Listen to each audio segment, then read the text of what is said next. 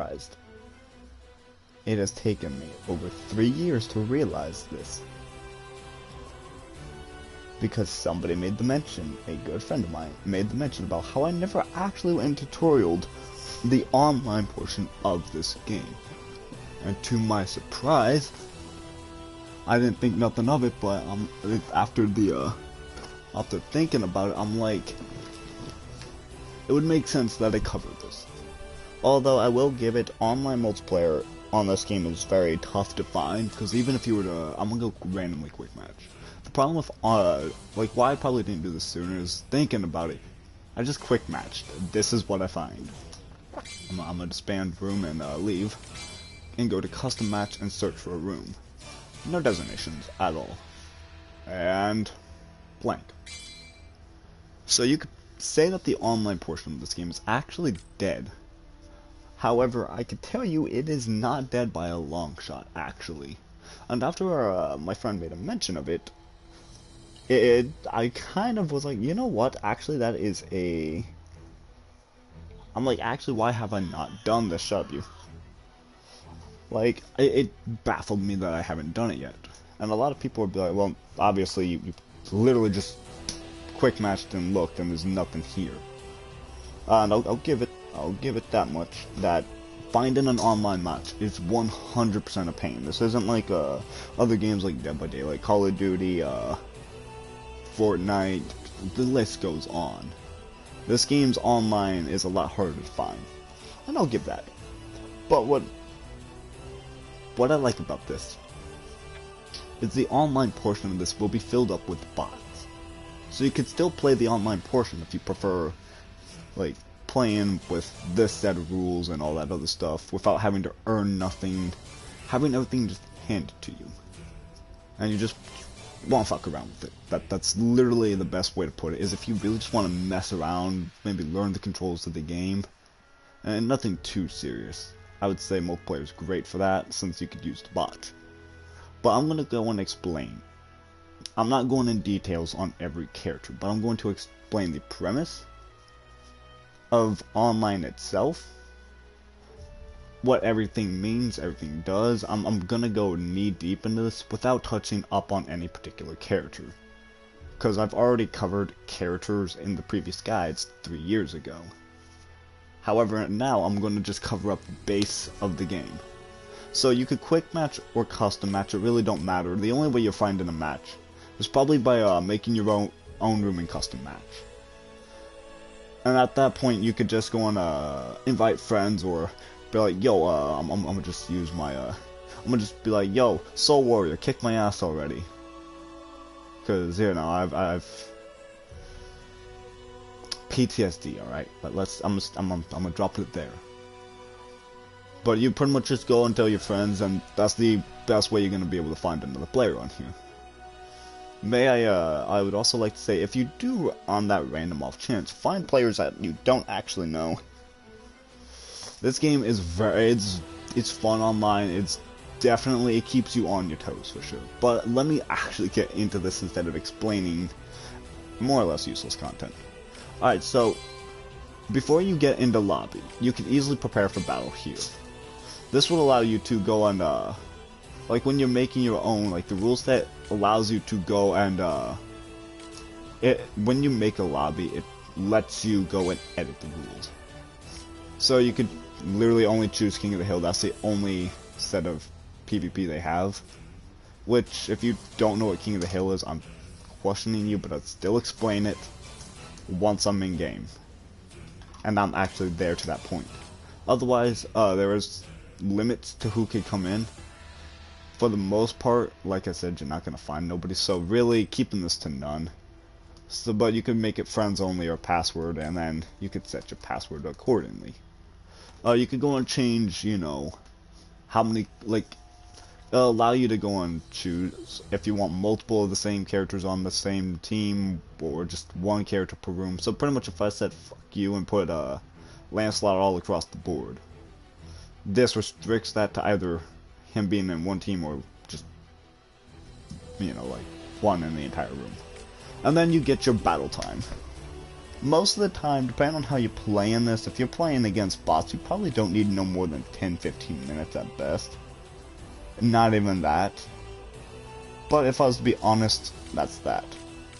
Most of the time, people just keep it up for an hour just to be safe.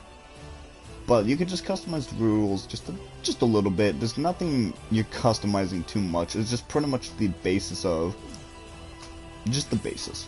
So like I said, you know, at the start, you get everybody unlocked right at the start. There's only one character in-game that you do not get, and that'd be our DLC character, which I do not own, so I literally won't have her.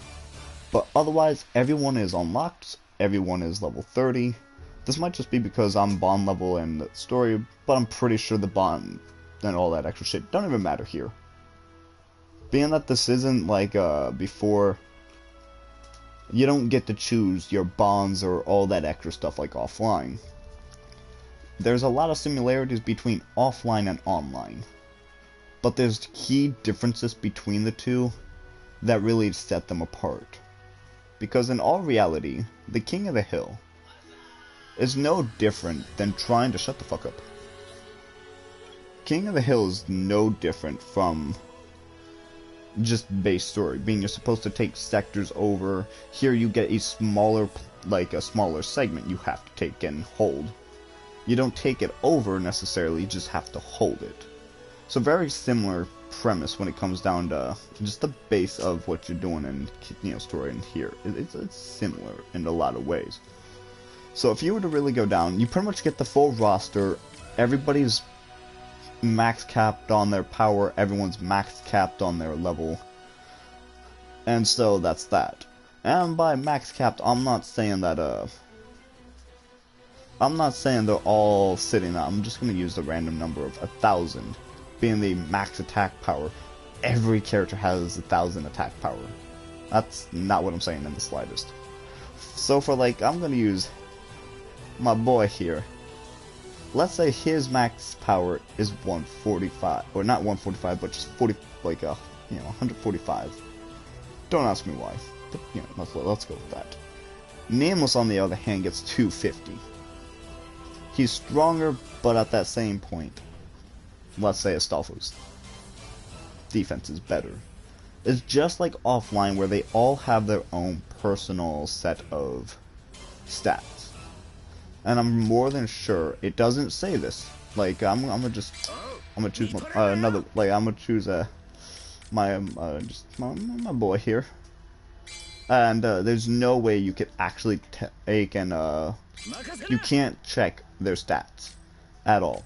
Even if you were to go to the install skills and stuff like that, alright.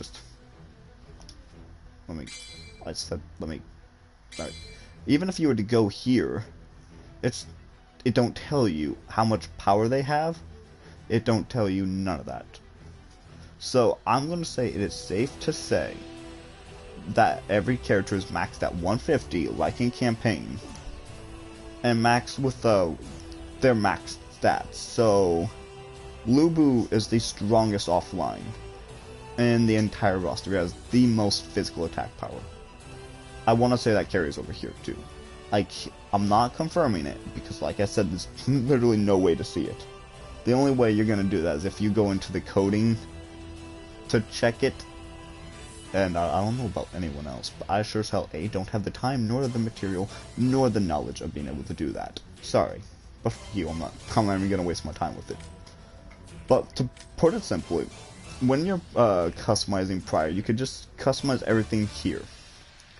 I'll get into the customization once I make the lobby up and stuff like that. All these matches will be done offline. Like, private. I'm going to call it private mode. Because you're playing online, but you're not online. It's more of a private game. And you're not offline. So I'm gonna go and refer to this as private fighting. But here you get your user info. This is your stats, your leaderboard per se. This is a personal thing, so you get to see how many times you've played, you get to see how many times I've gotten, you know, and lost. I blame all my losses for my stupidity of trying to fight Soul Warrior, I really do. I should have learned, but I don't, so that's that. But like this is just kind of this lets you see what you can do, and pretty much that's that. This is just a fun little extra. There's nothing here. It lets you see which characters you're good at, which characters you're bad at, who you could win as, who you could lose as more often, all that extra stuff. It's pretty much just if you wanted to go and be the best player you could be and want to master every one of these guys, this will tell you who you need to work on. It's useless otherwise, it really is. Besides the fact that, you know, it's that it shows you your win losses, your points as each character, and then just your base data of like how many kills, how long you do objectives. It just lets you know what you need to work on. That's about it. If you don't care about none of that, useless. You also get to put your title up, which all this really is just it's just a fun little thing that like if you're online, I'm gonna just randomly use, you know, like when you're playing online, and let's say you do get somebody in session, all this really does is show you how much they played, really, because as you can see, it says in the bottom right, requirements.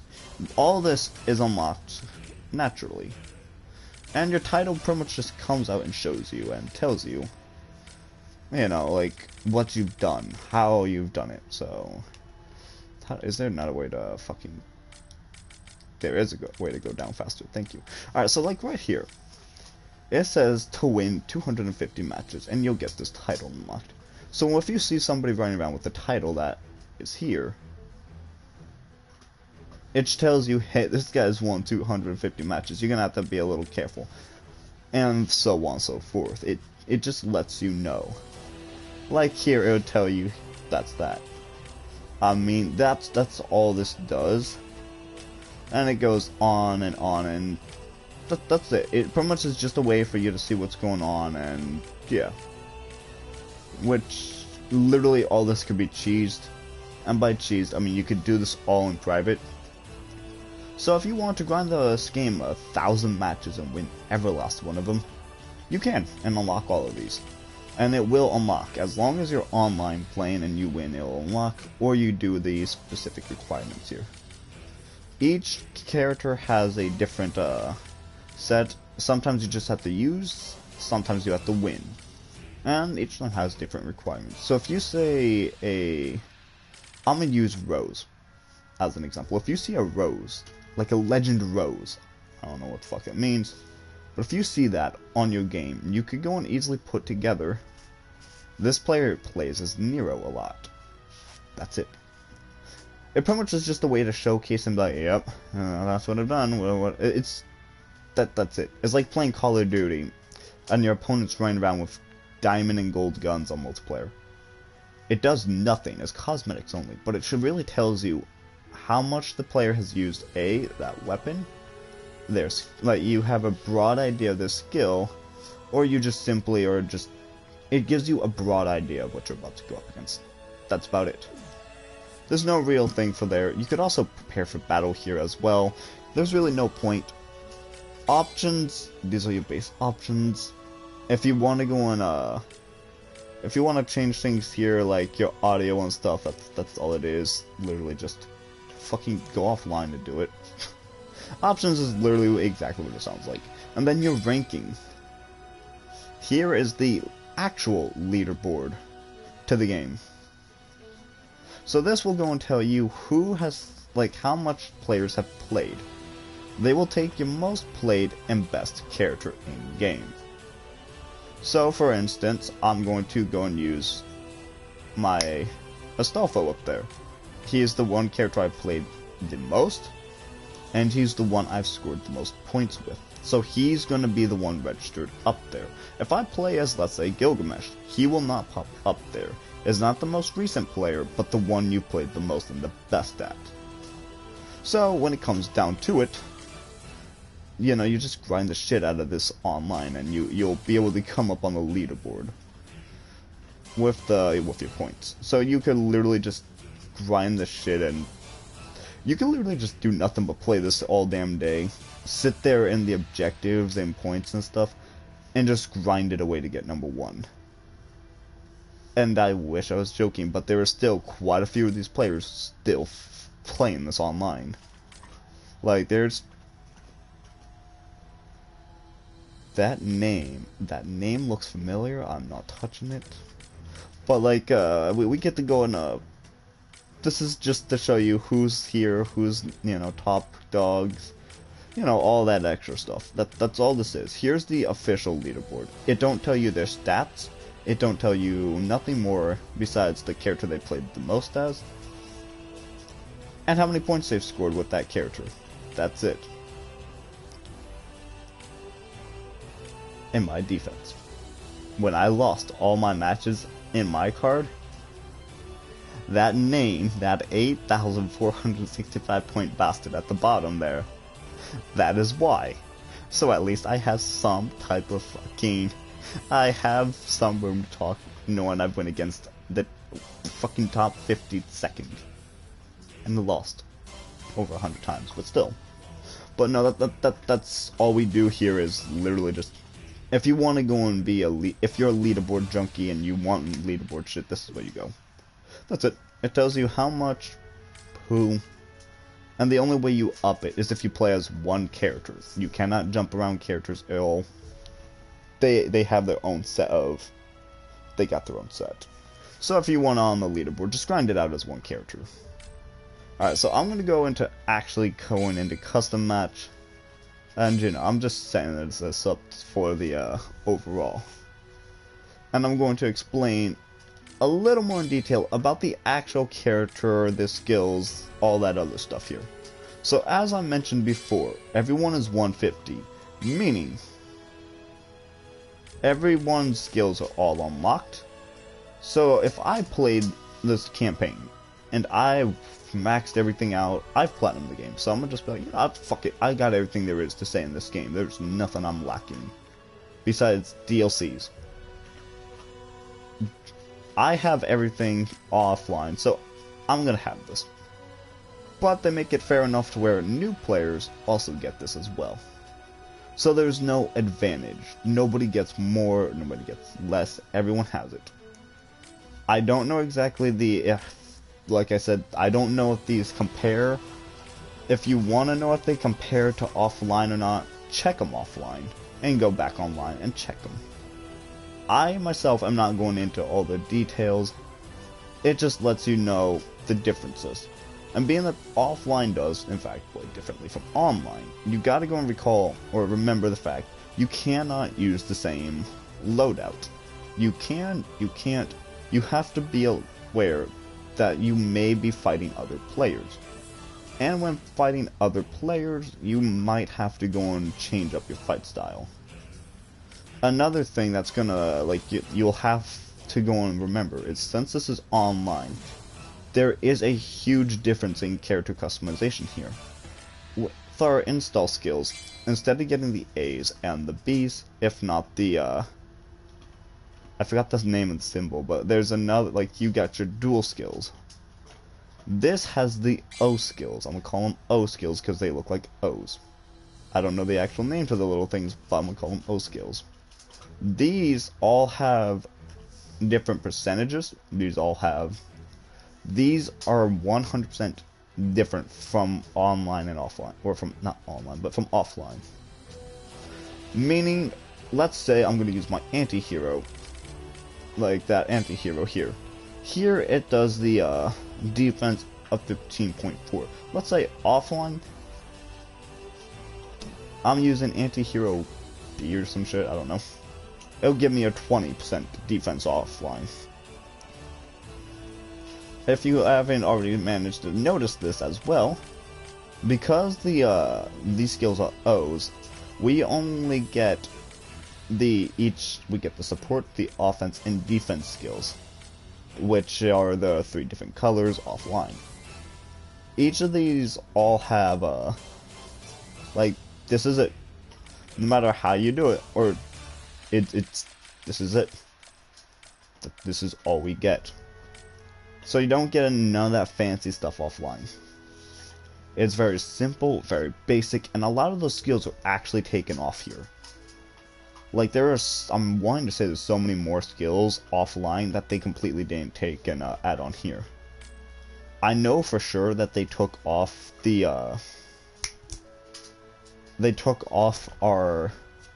ability to add on extra, to add in the magic effects. Like, I'm gonna use fire right there.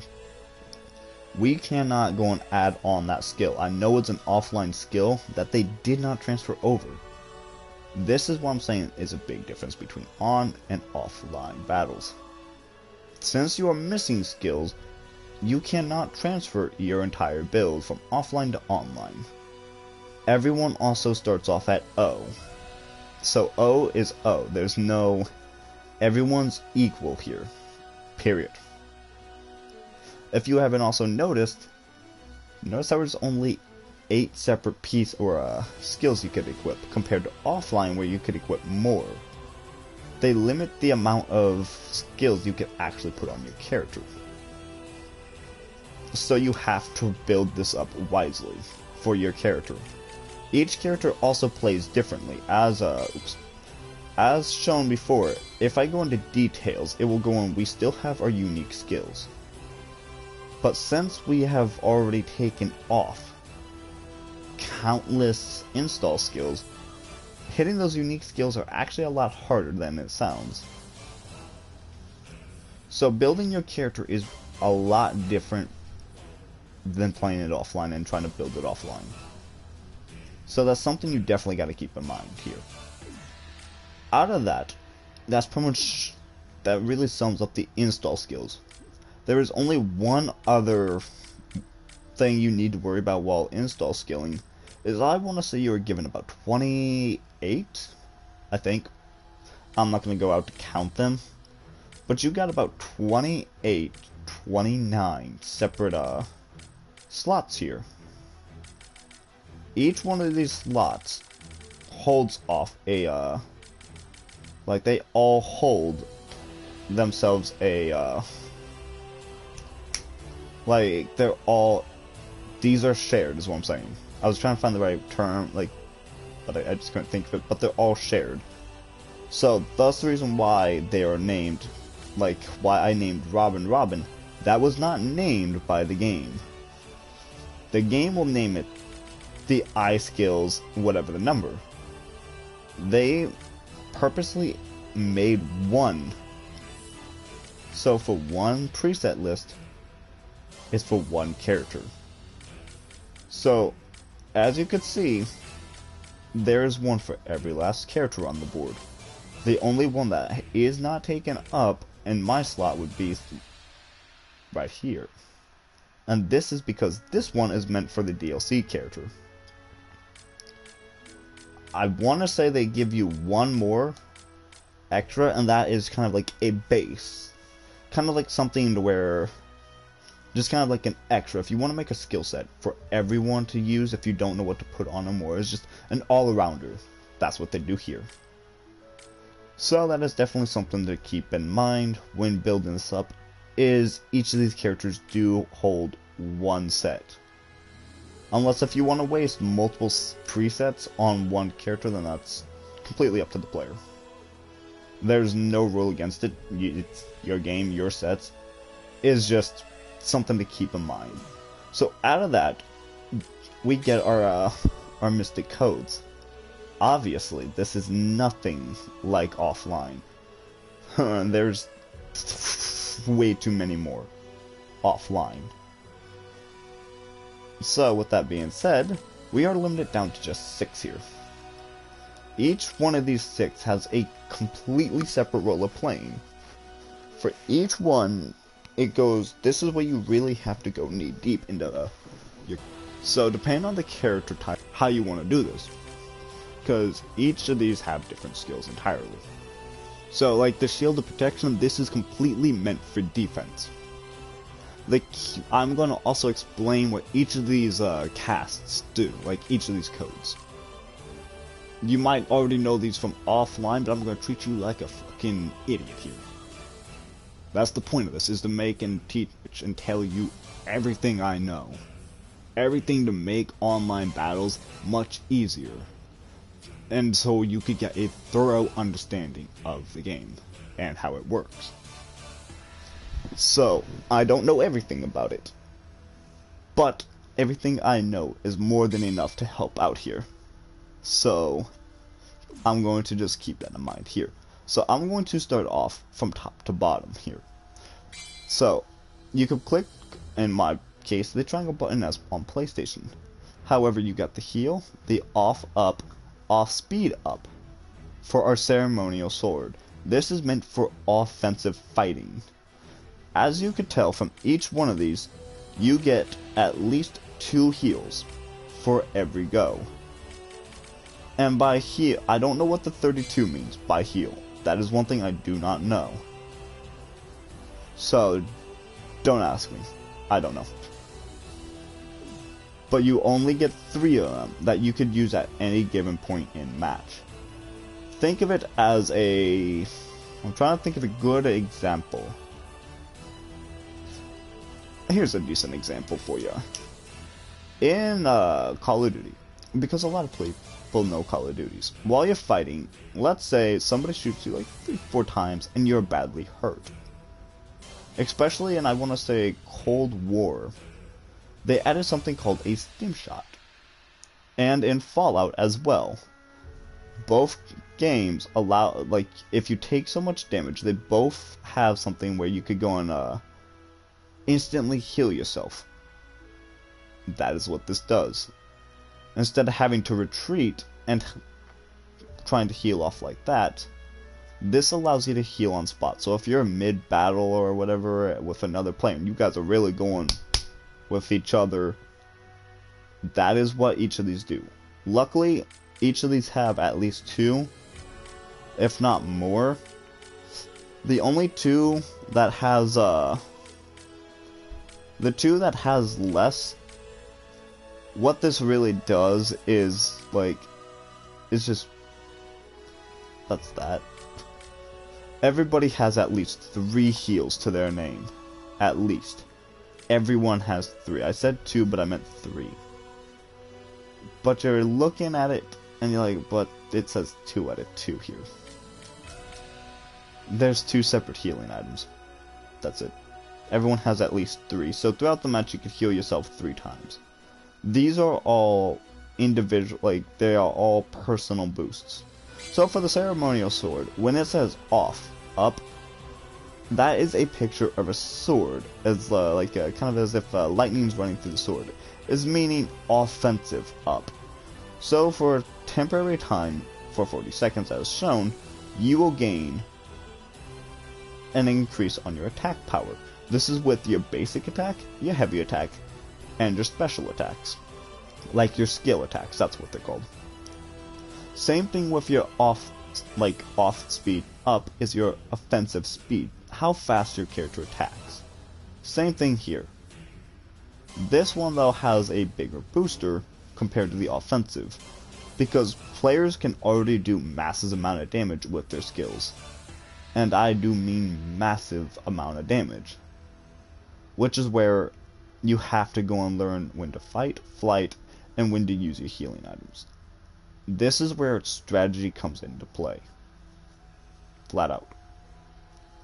So because of this, this is definitely a code, the codes are definitely meant for the warrior class.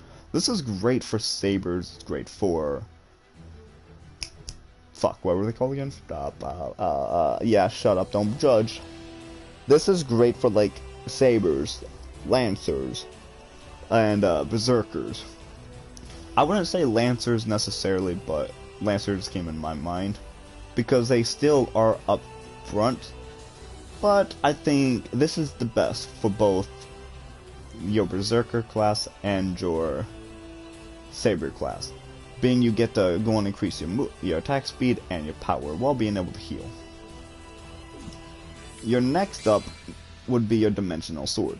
Off range, what that is pretty much if you were to swing your, I'm gonna say you're playing as Nero, you swing your sword. It will increase the range of what you could hit. It's very simplistic, very easy to. It don't take rocket science at all. It takes little to no thought process to read this, but I'm gonna just read it for you anyways, because why not? Because I'm a good guy. Look at that. So pretty much you could up the range. So if you're using a, you're playing as, let's say, Gilgamesh here. And you know, you're just playing, and you want to be a bitch, and you want to fucking spam off your projectiles. What you could actually, that will increase the range even further on your projectiles. That's all it does. It's not going to increase damage, speed, no. It makes your skill attacks, regular attacks, heavy attacks go further. Meaning, it's just, you could hit them from a farther range. I don't know how to explain it otherwise. And then time reduction. That's what the RDCT is time reduction. For, you know, it takes and cooldowns all your skills much faster. So for somebody like, I'm going to say Astolfo, if you were to take him and you were to tag that on, you'd be able to go and spam his skills a lot faster. So the lower the cooldown on the skills, the better it'd go with this, because it means you could just keep smacking out your skills, doing heavy amount of damage. So that is what those do. And again, you get your 3 heals.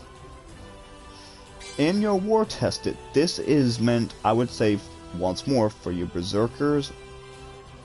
This is good for any offensive class. I'm gonna just say offensive classes here. So your berserker, your saber, your lancer, and your riders, they all will benefit from this. Because once again, you get your offensive, you get the heal. This time though, instead of getting your attack speed, this is a tankier set of code casts. You get to be a tank with this one, and it'll up your defense. It's not much, but I mean, in battle, I'd rather take, even if it's just 5% less damage, I'd rather take the 5% less damage when getting hit with, getting hit with one of these special abilities than not. Like, reducing the damage is better than nothing, especially if you know you're about to get fucked up the ass. No. You want to reduce your thing. I don't know how many players use this. It does not tell you who uses what. You don't see nobody's details about what they're doing. So, you don't know what you're ever going up against. So you just kind of have to hope for the best. Now this one here, you get the same exact healing item. You get 4 heals on this one, and you get to go and have 2, you get to go offensive less. As you can see, there's a different amount of usage for each of these skills as well. So that's something you definitely want to keep in mind, is there is still a limited amount of usage. Just like offline, you are limited down to a certain amount of usage. The difference though is, compared to offline, these skills have been nerfed, especially your offense, because if they were to give it the full power like offline, this would go and completely unbalance the game and give one side too much power, and then it would make it really easy to get a lead on somebody else. So if you have players who it just keeps things fair. So they nerfed a lot of these skills to where most of them are moderate or below. So that's something to keep in mind as well when picking these. So keep that in mind. So Fairy Bandages just gives you an extra set of, you know, healing, but you get to heal once more for the small cost of being able to attack less, or get the booster less. I don't know how many people use these, so keep that in mind. When you go and also choose a Mystic Code here, keep in mind I have the Dimension Sword of War equipped here. I'm gonna go to a completely separate class. Let's go to our ruler. Same skill set. I'm more than sure, unless if I'm stupid, they all keep the same code cast that you have equipped. It's the only thing that's not changing on my board. However, if I was to change it, it would go and change for everybody else. That is something that is shared amongst everybody else. So keeping that in mind. Alright, but back on to explaining what these do. So the flag war, or the war flag of victory, this is best for your archers, your casters, your defensive players. I'm not saying that your archers have to play defensive, it's just as better to utilize their range, and they're better used to help out as supportive units. Stuff like that. So you get, obviously you get your individual heals. And you could also increase your defense. So pretty much the lower your, the lower your health is, so for players like, so for casters, like, I'm trying to remember a caster besides Rias. I'll just use Rias, fuck it. So Rias has low health, so he gets to defend himself a little better. This balances out his health to where he could take a few extra hits like everybody else can, at the low cost of his defense. He also has the ability to go and heal any nearby allies. So he pretty much, in essence, he gets an extra set of heals whenever you're doing this. So if you're playing as any character, let's say you're playing as offensive and you decide to take this. This makes you even tankier. You don't do as much damage, but you get to heal yourself 4 times instead of the 3. You could go and heal your teammates. So in all reality, if let's say you're playing as, I'm gonna say you're playing as Charlemagne, you're on the front line. Tamino said, "Fuck you, I'm going offense." She's going up there with you, and she's carrying this. She sees you're hurt. She's a little hurt. Charlemagne's running off the ceremonial sword of war. So he's getting that offensive. He's got his 3 heals. This will go and give him that extra 2 heals if they're nearby.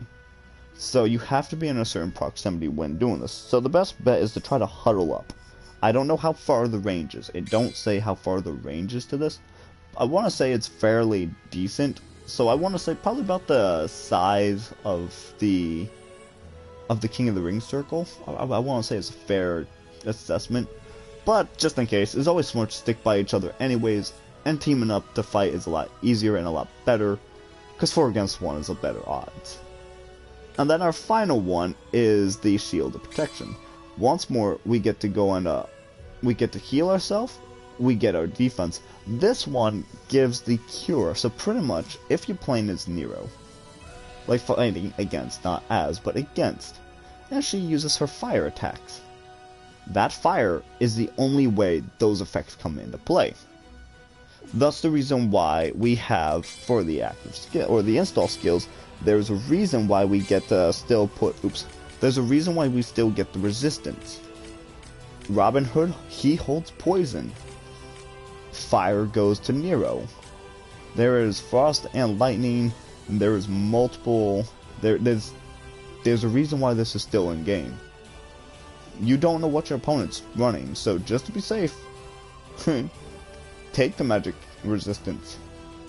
Especially if you see, like with the title, if you see a rose in your thing, that's the only one I remember, which shows, hey, this player plays Nero. It might be best prior to game as well, while you're waiting, to swap out your skill.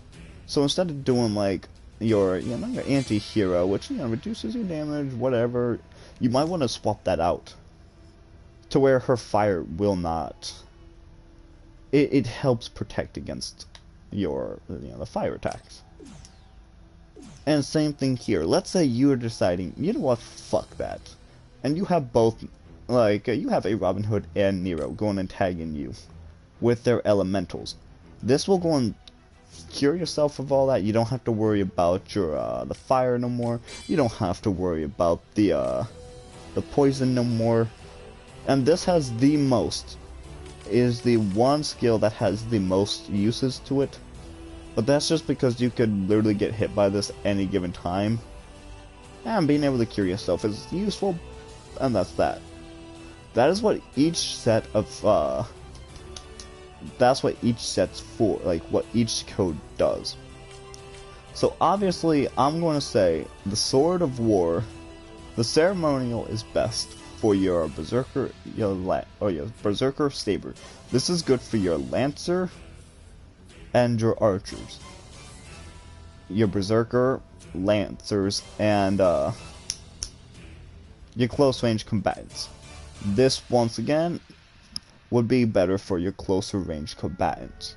This will also be better for your archer as well. Up your range, so you could shoot the, or not like your range, but the damage to your range, shoot them up from afar, and if they decide to come after you, you could heal yourself a little more frequently.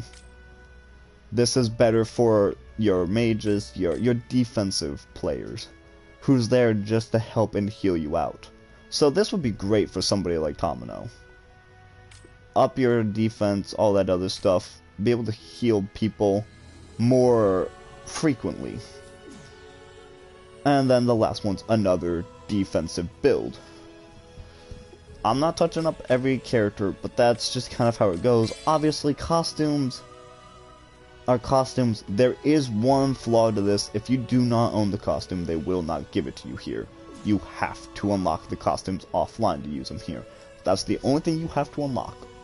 The usage of costumes really don't matter to an extent. They're cosmetics, but you could actually use costumes to an advantage here.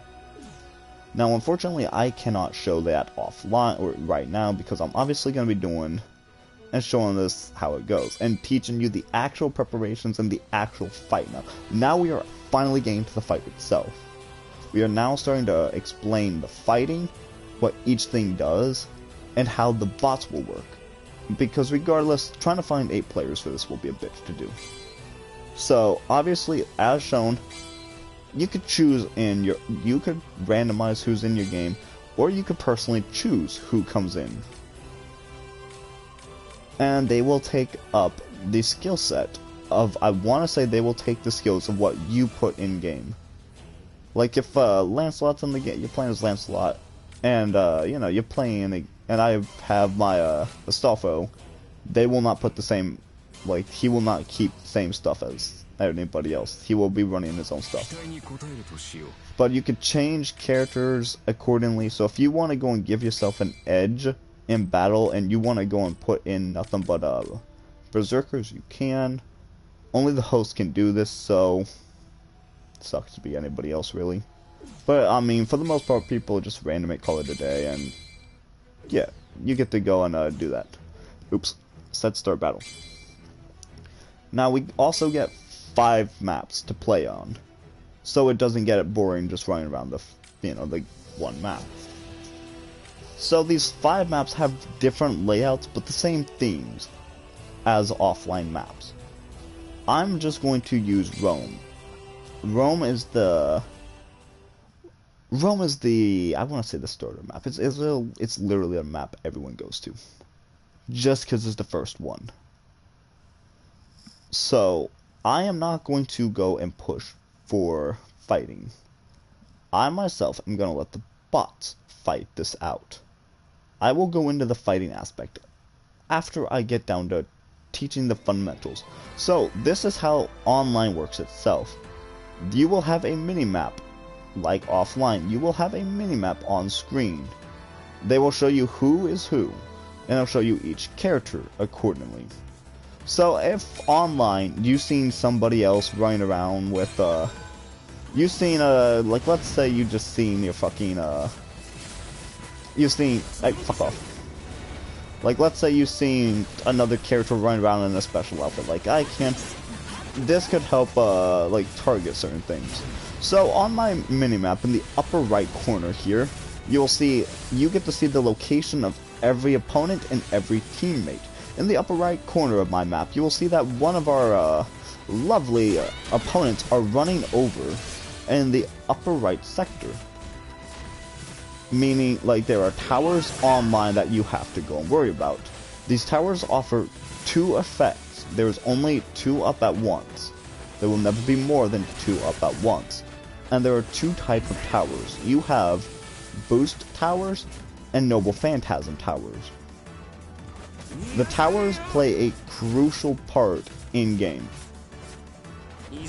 So, I will get to those in a minute. So as shown on the sector in the middle to our left here, which is obviously the one where we're at, you can see my little cursor running around, my little green thing. The green is you. The blue is your allies, the red is your enemy. As you can see, you will see that you'll see there's a little glowing circle. To earn points, you have to be inside. This is very basic knowledge. Otherwise, the mechanics run, exactly how it would. Like, you're supposed to stay inside the circle. If you're inside the circle, you will go on gain zone points at the top here. Zone points is how you win. Your goal is to go and max the bar and fill up the bar to top. Whenever it's contested, I want to say it turns white. If the enemy has it, it turns red. If your team has it, it turns blue. I'm not worried about winning nor losing, and I purposely will not give a damn about what's going on here. Every 2 minutes, the circle will change every 2. So, when you are going through, you see your clock at the top of the board, right underneath your, you'll see the clock up there. And it shows you what you got there. So you could use that as a mental time reference. So when you see your times going close to, like 57 minutes, like if you're at 58 minutes and 30 seconds, maybe it's a better time to try to flee and go to the next piece possible. Each place has an assigned location. Like every game on Rome will start in the center. Like on that center to the left. And then it goes to the bottom. And then it'll go to the upper left, or the upper right, excuse me. And then it'll go and choose to go to another place accordingly. So, that is the base objective. So I'm going to go off, and I'm going to get over to this Assassin's Tower up here. So, what it means by Assassin's Tower is you'll see a marker on the top, and it'll show you a symbol. That symbol is pretty much saying, hey, this is that type of character. So you match that symbol with the character. So obviously my opponent here is the assassin. He came over and he went and smacked the shit out of it. If he smacks it, like only that particular class could hit it. So pretty much now that he broke it and it has turned red, it allows any other player to break it. These towers are a crucial, and I do mean crucial, part of combat. If you do not take those down, your opponent can get an edge, and as you can see in the bar, after they grabbed that tower, they started gaining a gap, because they had a booster to them. There's 2 boosters to the game. Oh, wow, okay, it came to the center again. There are 2 boosters to game. You could get your defense booster, and an offense booster. These aren't like your skill casts here, like your basic skill casts like offline. These puppies will do tremendous amounts. And your bot allies and enemies both will go after these.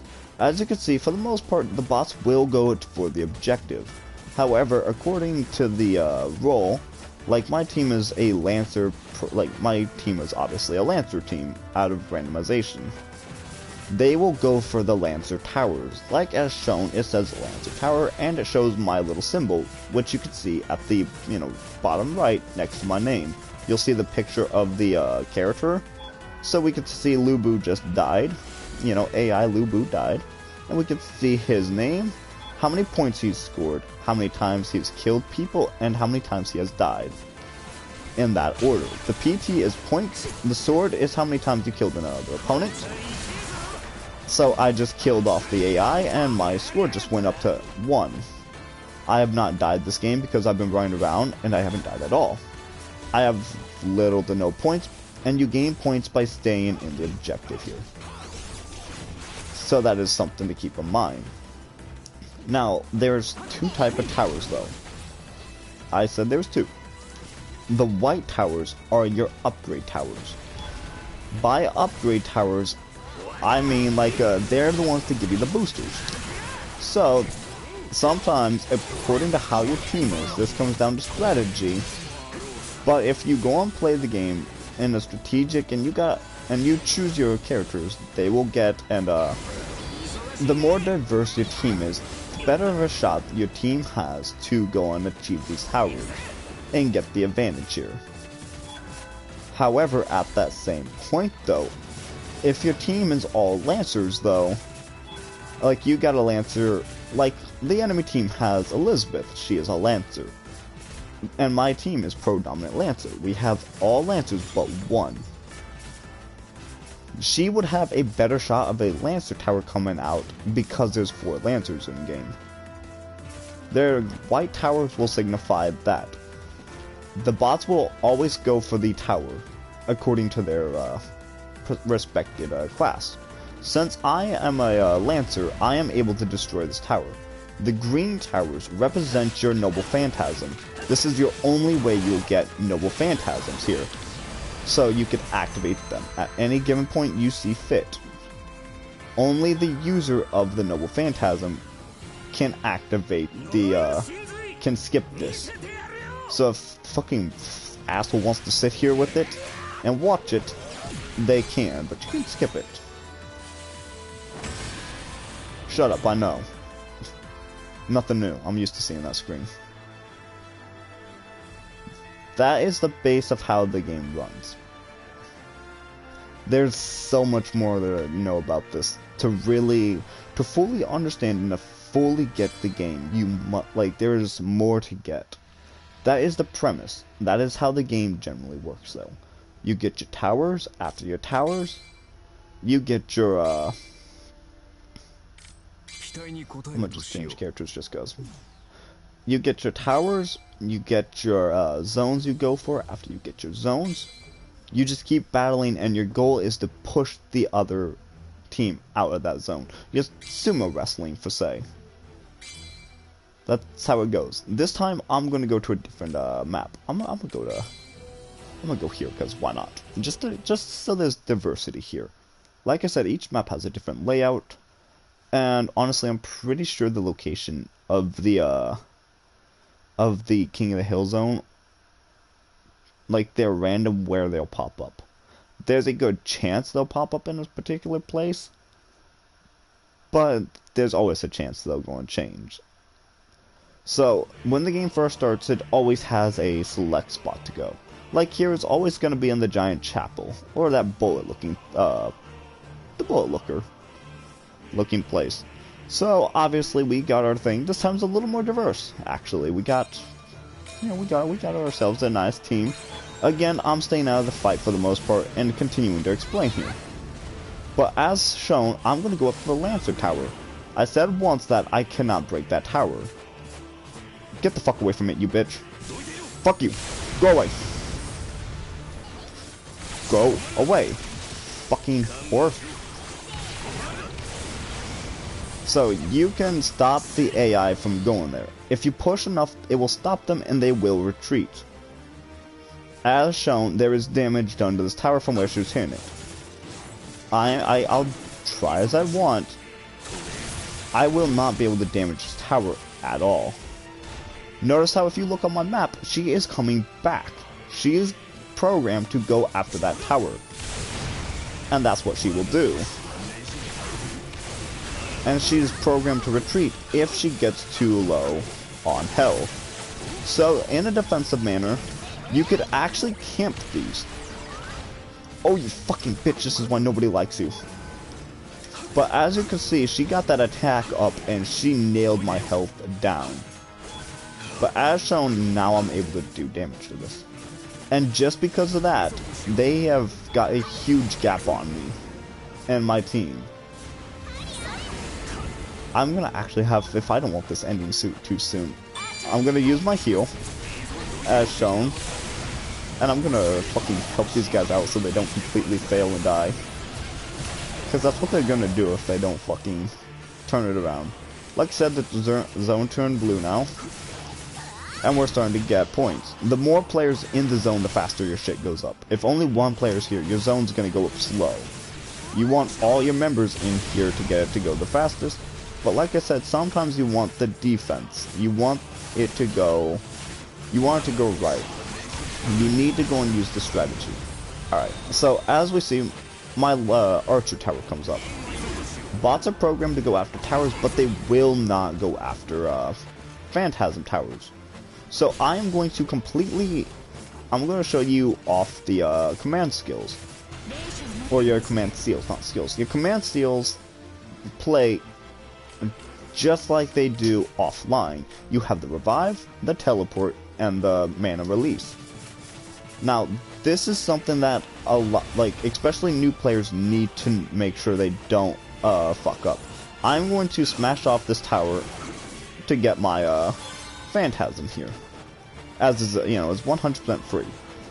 And I'm going to stand in a circle. When you activate this, the time will go up. During animation, though, once your animation starts, it will not go. So you can't just play this out to get extra time. Sorry, it don't work like that. So you can watch it, whatever, it don't matter. But their main goal is to retreat. They will do everything they can to retreat the area. They will retreat the sector. It is an instant death if you were to be hit with your phantasm. There is only one way you are surviving your phantasm attack, and that is if you activate your drive. When you activate drive, it will knock all enemies right by you off. It will increase your attack speed, your power, everything. Like, your defense will become unparalleled. When you're game and you're attacking somebody, you don't want to fuck with them. As you can see, I'm going to use a skill. I'm going to use my skill. My recharge time, everything's going up. You could also use your drive skill and hurt somebody, and drive is still a crucial part about being able to hold the sector your own. As you've seen, it says active towers. When they're blue, they're mine. When they're red, they're your opponents. So that is something to keep in mind. As you can see, my upper left tower is now starting to be attacked. We have that bot going there. Now here is the like the command seals, like I was saying. Revive will allow you to get back up immediately. I have not died, and I will show you that later. You could teleport to different sectors. So if, let's say, you're half across the map and you need to get to that objective now, teleport. Or you could use your mana release. However, this is what it's gonna do. Do not waste your command seals on this. This is why. I used all three. It will fully heal you, it will give you your drive, but my Noble Phantasm is not activated. They will not give you your Noble Phantasm. Do not make that careless mistake. That is a crucial mistake that a lot of players will make when they first try. So that is something, like, wasting your command seals on that is useless. 100%, the only way you get your Noble Phantasm is if you go and break that tower. So it really does become a crucial part that if you want that tower, and there's, let's say I'm fighting Soul Warrior. If I'm fighting Soul Warrior and we're both playing as Rider class players, it is crucial for one of the two of us to get to that tower. It's not like, well, you know, Soul got it, I'll just use my command. No, that's it. You want to go and get that as fast as possible. So I'm going to actually go in combat a little more. I'm going to be fighting in combat. Oops. Alright, let's, I'm gonna fucking choose the Storm and see this time, just to give more diversity in the team, or the game. And to show off that each map is different, and they all have different things.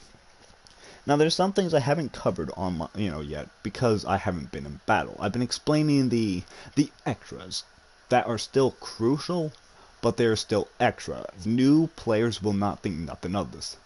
Or players who are dead set on the objective will not actually go and waste their time with the towers. Good players will go out to get that tower. Good players know that can mean everything. Now, those towers will stay up until broken, if I'm not mistaken. And if they do have a time limit, I don't ever really see people going for that time limit because it gets broken beforehand. The bots will go for it to activate and destroy it. So I'm going to go and battle a lot more, and I'm actually going to attack. Notice how Rias has done some damage to me. So, fuck you, Lubu. But thank you, actually. So notice I have taken damage now. I don't want to. I'm like, fuck this, I'm not taking damage no more. I retreat out of my sector. This is something that not even Soul Warrior knew. Like, I taught her something. Taught them something. is notice how I'm hurt. I'm gonna go up. Blue is mine. Obviously, the color blue is yours. I'm going to jump in. If you go back into your base, this is the player base. This is yours. Your enemies cannot go in here. You will heal up immediately. You'll start healing, so you get to retreat and gain your health back. So if battle's too much, retreat. Obviously, enemy sector, I can't go over here. No matter how many times I do it, I can't go over this. So that is something players, that's where you need to be open about what you're doing and keep a broad, a very open mind about what you're doing here. So I'm gonna go in back into battle now that I've shown you could heal yourself out of your 3 heals.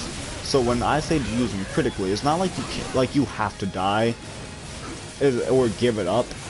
No, you could retreat when necessary. Like right now, I could retreat now since no one's here, and it would be the ideal time to go for it. Because obviously that's that.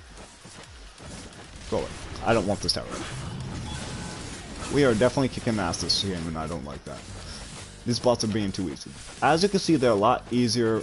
Bots, they're not too bad to deal with. They're smart.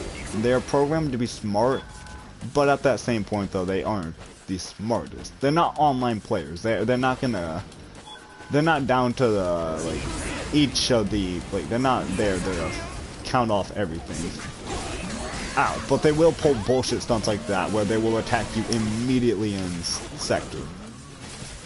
So as shown, I'm hurt. Bam, I just healed myself if I need be. I'm going to let these guys take me down this time. I said take me down. Come on. Okay, come on, kill me. I need to demonstrate, damn it. Kill me! Oh, you're kicking his ass, okay. Who's left? You! Kill me! Okay, so as much as I don't like to die, alright, so I was put down. I died. Every time you're put down, you have a time limit you have to wait. Or you can pull up your thing, revive, and it will instantly pick you up. You only get 3 chances to do this. Only 3. Use it wisely. You only got your 3 command seals. You run out of those, and you're gonna be waiting. And the later in the match, or the more you go down, the more crucial it is that you hold them. So using them at the start of the match can be useful. Like right now, it was ideal. It will allow me to keep pressure on my opponents and force them to keep going. And I'd be able to hold this sector a lot more. So that is something you definitely need to keep in mind. So when you're fighting, let's say I had no opponents here, right? I'm gonna jump over sectors here, so that they won't bother me. I'm gonna go over to this sector. As shown, every time you're in a sector, enemies will appear here. These guys will take very low amount of damage. But just like in offline, you can actually go and gain your drive skill. So when you're waiting and you're waiting to fill up your zone points, kill. Flat out waste time killing. Even if it means you're mid combo when somebody comes in, who gives a shit? Kill. Because when you do that, you are filling up your drive. It will give you all. It'll go and give you all 4 different attack types and bonuses. Your range, cooldown, speed, and power will all be at your disposal, as well as increasing defense. So don't think it's a waste of time to kill. Just because they're low enemies, they can still fuck you up, or you can still fuck them up to fuck up your opponent. Cause now yikes! It's crucial to keep fighting, cause now I'm gonna just activate my shit, heal up, and I'm gonna keep spamming off these bots here to kill them. Like, you want to continue going, you want to keep applying pressure, you want as much pressure as possible. Luckily, this is, like, for the most part, this is where the game mechanics will continue to fight the same as it would online, or offline. But there are still key details that would change. The opponents will obviously continue using stuff, and this is the general premise of actually how the match will go. And so I can't exactly, ow, fuck you. Like, alright, are we gonna, alright, notice how this time is actually 15 instead of the 7? This is where I say you have to use your seals correctly. Because wasting them, I would have sat here, and they could get up to 30 seconds. By 30 seconds, that's late game. You need up, you need to go. Especially for them, they need it. They need to go and fill in that gap here. So, that is the base premise of how online fighting will work. Or you could be a bitch like that and literally ambush the shit out of them. Because fuck them. There is multiple tactics for this, and I'm not going to touch every last one of them because that's just how many of them there are. There's just countless tactics to use in in-game combat. And, you know, the basis. Each character will play differently, each player will have different teams, etc. And there is no meta, so don't think there is any meta to this. Don't think that you'll have any upper hand advantage. This comes down to pure strategy. Pure strategy and plan the pieces you have correctly. Because, I mean, if you have an enemy who's, like, there's no advantage. I do just as much damage and I can do crucial amount of damage to all these guys if I wanted to. Unfortunately, none of these guys will take and activate drive. They don't get the noble phantasm. They're not incapable to activate that stuff. Fuck you, Saber. Get out of here. Obviously, my drive skill isn't gonna kill him all the time, but it will take a decent chunk of health off. This game is good as mine, and obviously it's a win. And that's just kind of how it goes. Online is gonna be a lot tougher online. So don't think that, oh, it's gonna be this easy. I'm fucking around with bots. These bots can still be hassle, especially when you're still trying to learn stuff, or you're trying to just learn the small details in game.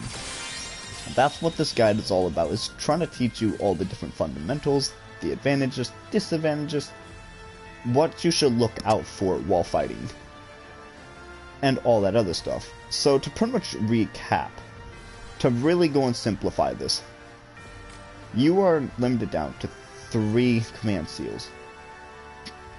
Expert opinion, this takes absolutely no fucking common sense here to really follow through with this. Don't waste it on the don't waste all 3 of them trying to get your noble phantasm. It doesn't work like that.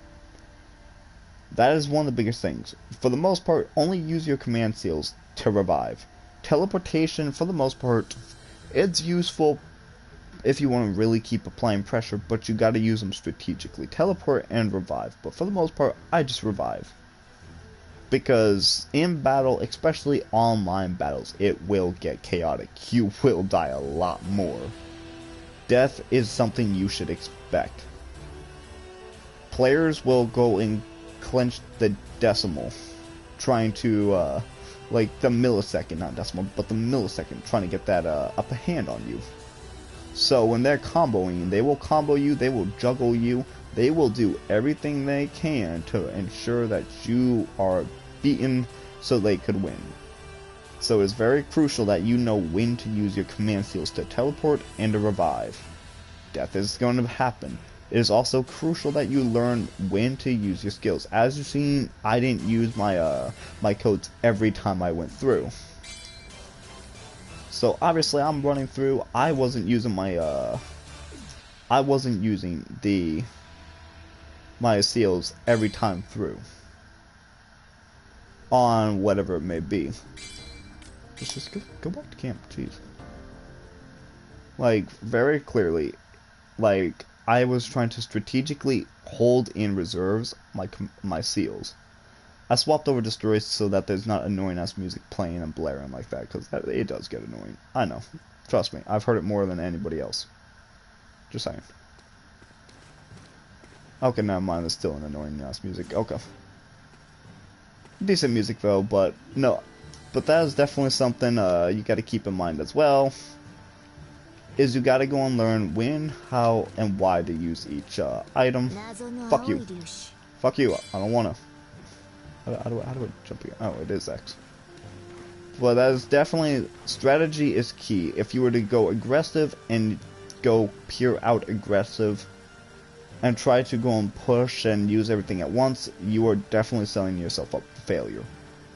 Later down, like I said, the towers, there are two types of towers. Green towers, which is phantasm towers, white towers, which is booster towers. There are two types of boosters, attack and defense. You will not ever see any other tower.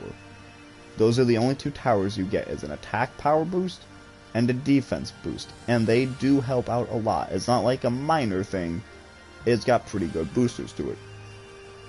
On top of that, both of them active at once is just as good as trying to activate your drive, and it will deal just as much damage doing so. Keep killing to use your drive. Have it to where you could get your drive at any given point. As long as you could get your drive up, like obviously while fighting off your opponents, you're going to inevitably kill off the runs. And it's gonna happen. But if you could go and force yourself to get more, do it. If you can, like, you could use that not only to gain the advantage in a battle, especially when you are fighting against two other players, if not three, you will get ganged up on.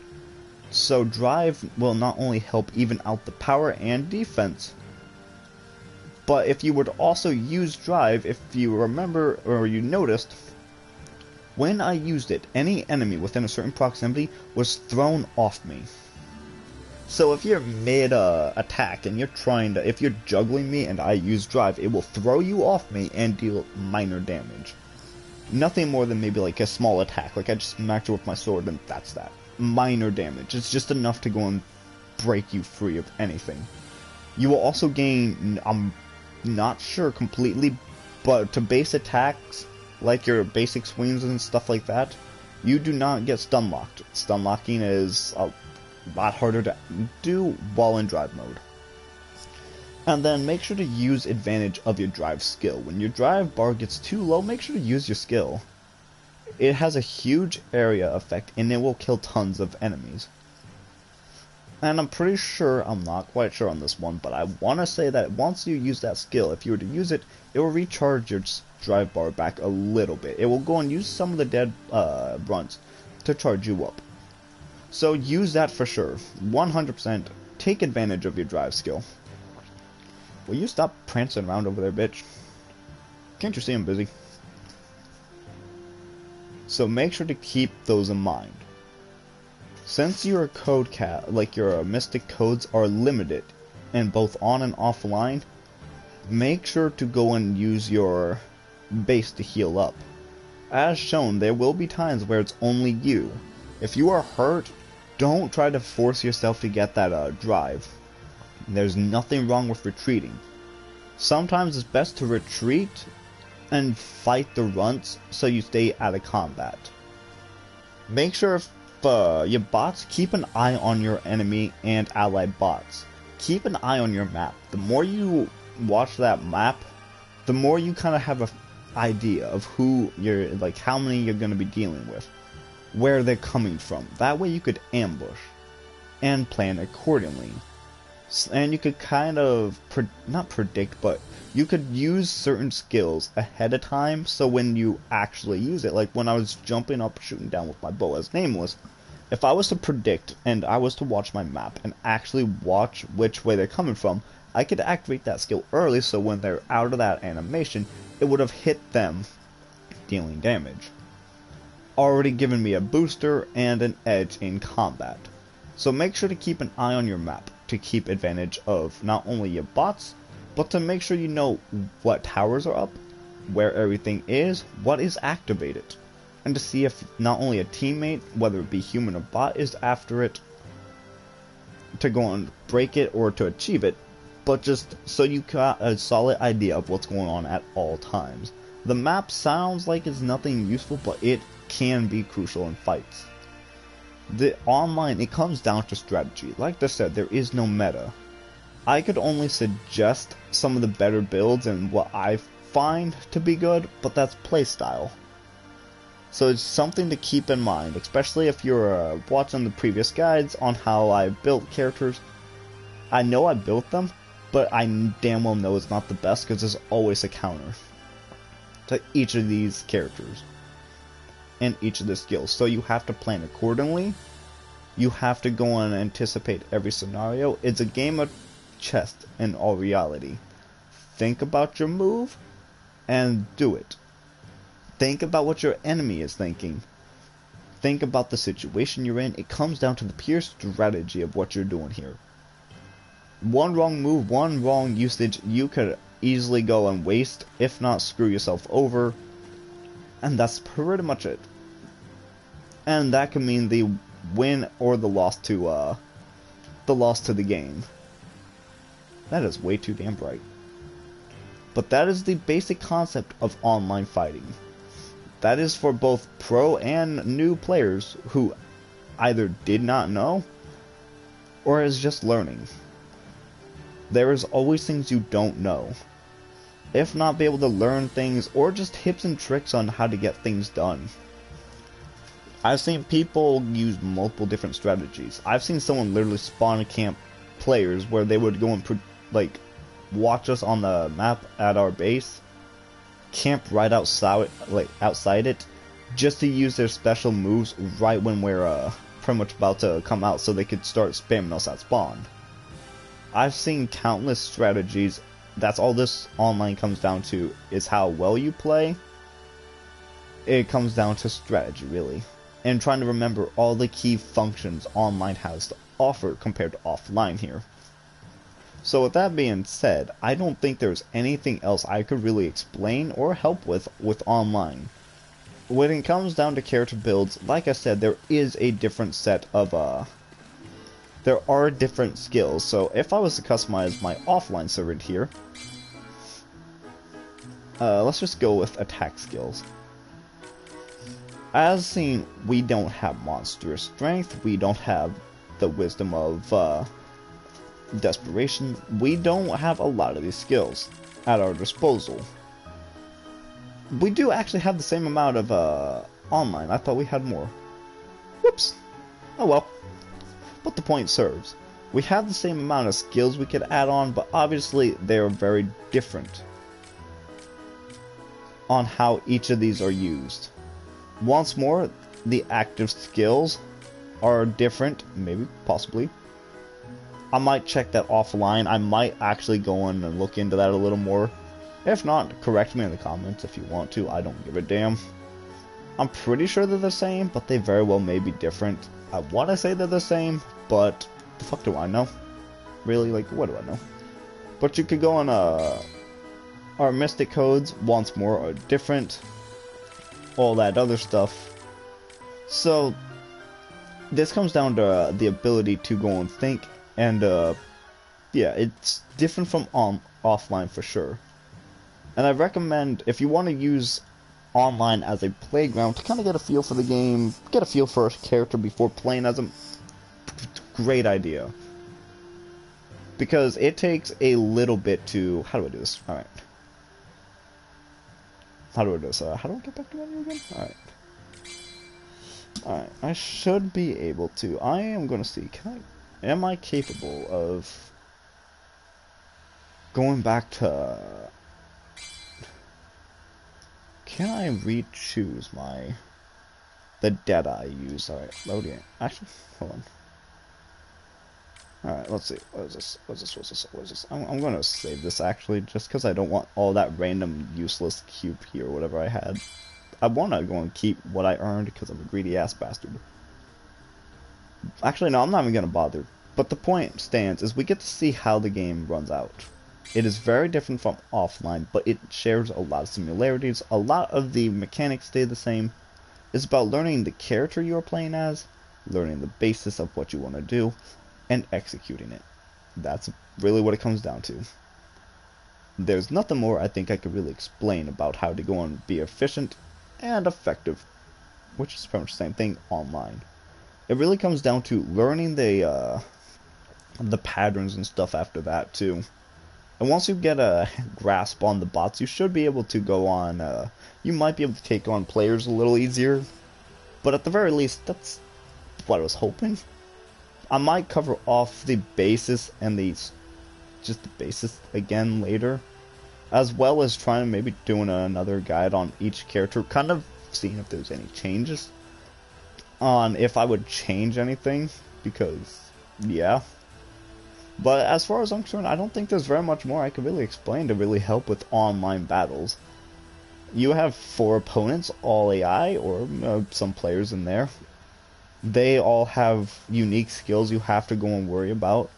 You have to stay open-minded, and you have to make sure you're aware of everything going on. There's nothing more I could really say to go and, to really go and prep someone for online combat. So with that being said, I really hope you don't fucking go into the... I hope you don't fuck yourself over online. I mean, if there's more, I'm not doubting there is, but that is the key premise and literally everything else I know. So probably I may eventually get back to doing character guides again, or just whatever. But I am fucking tired of talking about multiplayer, so I am done with this shit. Until I get my ass kicked by Soul Warrior. Again.